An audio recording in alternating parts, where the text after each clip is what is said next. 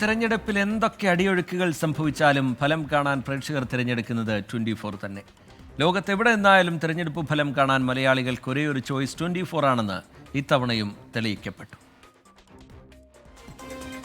പ്രേക്ഷക പ്രീതിയിൽ ഭൂഖണ്ഡാന്തര പ്രഭാവമുള്ള ചാനൽ ഏതെന്ന് ചോദിച്ചാൽ അതിനുത്തരം ഇതാണ്. Hello, good morning. നിങ്ങൾക്കറിയുന്നത് പോലെ ഇന്നാണ് വിധി ദിനം. വിധി ദിനം എന്ന് പറഞ്ഞാൽ ഒരു ഒന്നൊന്നര വിധി ദിനമാണ്. കിറുകൃത്യമായി ലക്ഷ്യത്തിൽ പതിക്കുന്ന ഭൂഖണ്ഡാന്തര മിസൈൽ പോലെ മലയാളികൾ ഉള്ളിടത്തെല്ലാം തെരഞ്ഞെടുപ്പ് ഫലത്തിന്റെ ആവേശവുമായി 24 എത്തി.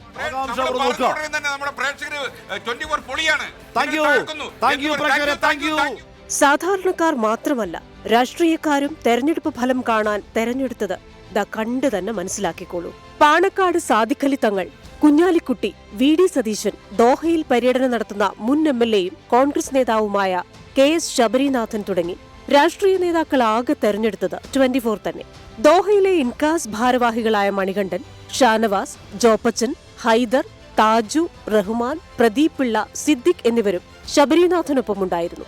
എല്ലാ പ്രധാന സ്ഥാനാർത്ഥികളും സ്വന്തം വിധി അറിഞ്ഞത് 24-ലൂടെ തന്നെ.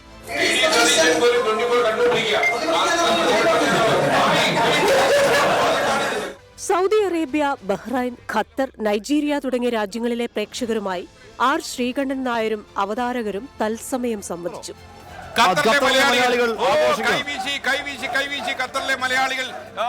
ജിദ്ദയിലെ ഹോട്ടലുകളിലും ഓഡിറ്റോറിയങ്ങളിലും ബിഗ് സ്ക്രീനുകൾ ഒരുക്കിയ പ്രവാസി മലയാളികൾ തിരഞ്ഞെടുപ്പ് ആവേശം കേരളത്തിലിരുന്ന് കാണുന്ന പ്രതീതിയിലായിരുന്നു.